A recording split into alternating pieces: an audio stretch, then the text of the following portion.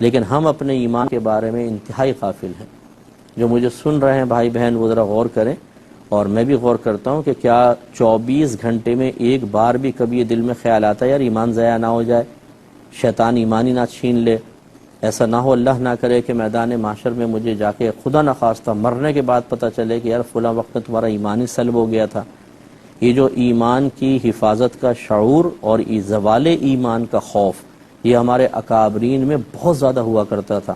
اسی لیے ہمارے اکابرین میں سے بعض نے لکھا ہے کتب میں کہ انسان کو چاہیے روزانہ رات کو سونے سے پہلے تجدید ایمان ضرور کرے، اور آپ بھی کیا کریں اور میرے لیے بھی دعا کریں۔ اکثر میں نکاح بھی جب میں کرواتا ہوں تو تجدید ایمان ضرور کرواتا ہوں، تو یہ تجدید ایمان کا آسان سا طریقہ ہوتا ہے کہ اللہ تعالیٰ یوں کہہ لیں، اپنے جیسے بھی الفاظ میں رٹے ہوئے الفاظ یاد کرنے کی ضرورت نہیں، مفہوم سمجھ لیں کہ اللہ تعالیٰ اگر سابقہ زندگی میں مجھ سے کوئی ایسا کلمہ کفر نکل گیا ہو جس سے میرا ایمان ضائع ہو گیا، یا ایسا گناہ ہو گیا ہو جس سے میرا ایمان ضائع ہو گیا ہو، تو میں تیری بارگاہ میں صدق دل سے توبہ کرتا ہوں اور دوبارہ تجدید ایمان کرتا ہوں۔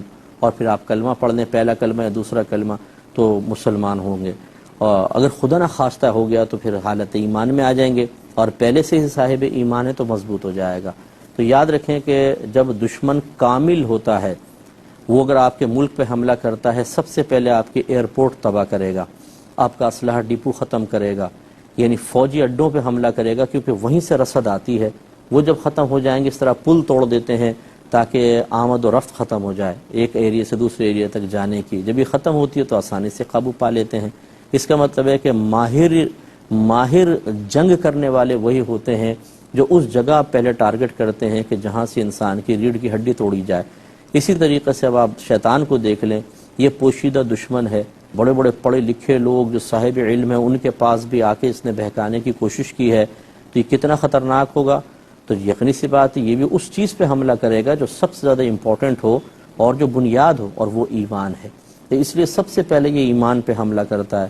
باقی نماز چھڑوا دینا، گالی زبان سے نکلوا دینا، نشے کا عادی بنوانا، کسی کا حق سلب کر لینا، یہ تو ضمنی چیزیں ہیں۔